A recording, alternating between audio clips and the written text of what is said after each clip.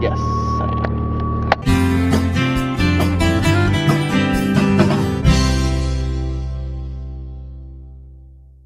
Happy President's Day, everyone! As it is President's Day, I feel that I should talk a little bit about presidential history, and it is also Book Review Monday, and so I'm going to review a book at the same time. As some of you might know about me, I love presidential history. It's one of my random obsessions. Ever since the age of about 6 or 7, when I sat down and memorized the presidents, to the point where I could recite their last names in under a minute. And now I'm going to take the scarf off because I really don't need it. President book that I chose to review for this drive today is the first president book that I ever owned. Yes, I did sit down and reread this book again this week. Entitled The Buck Stops Here by Alice Prevenson. And right now the graphic is going across the screen and you're probably thinking to yourself, wait a minute, Matt, that looks a little bit like a children's picture book.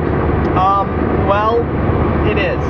Yes, I'm reviewing a picture book, but it's a good picture book. Alice Prevenson is an excellent children's book illustrator, and she, like me, is fascinated by the history of the presidents, by the things that they all individually brought to the office. So this book takes us through each of the presidents, and each page on the president includes an illustration of that president, and each of the illustrations is done in such a way that it includes little nuggets of information about that president's administration.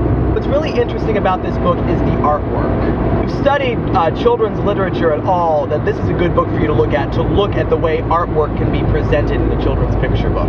Also included for the grown-ups in the back are notes on each of the presidents, like what some of the artwork means and little tidbits and anecdotes about each of the individual presidents. I have two minor complaints about this book, however. The first is that sometimes the author's personal historical bias kind of comes through in the information and the way that she presents it. And the second is a problem that many children's books seem to have, which is that the information that is presented is sometimes oversimplified to the point where it actually becomes inaccurate. One of the tidbits of knowledge that's included in the Richard Nixon page is that Richard Nixon won in 1972, won his election by the largest margin in history. There is a way to twist the facts to make that statement true, that Nixon won by the largest margin in history.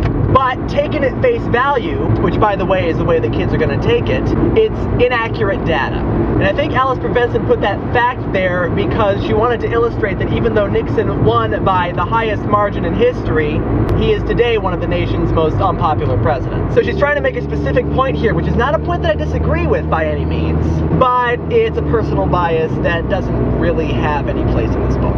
It's really only that and, one or two little inaccuracies that pop up elsewhere. But overall, the book is good, and it's a good starting place for learning about the lives of the presidents. So your assignment for today, vlog passengers, on President's Day is to learn something about presidents that you didn't already know. And with that, I bid you a happy President's Day. Bye now. Washington, Adams, Jefferson, Madison, Monroe, Adams, Jackson, Van Buren, Harrison, Tyler, Polk, Taylor, Fillmore, Pierce, Buchanan, Lincoln, Johnson, Grant, Hayes, Garfield, Arthur, Cleveland, Harrison, Cleveland, McKinley, Roosevelt, Taft, Wilson, Harding, Coolidge, Hoover, Roosevelt, Truman, Eisenhower, Kennedy, Johnson, Nixon, Ford, Carter, Reagan, Bush, Clinton, Bush, Obama. Woo! Still got it.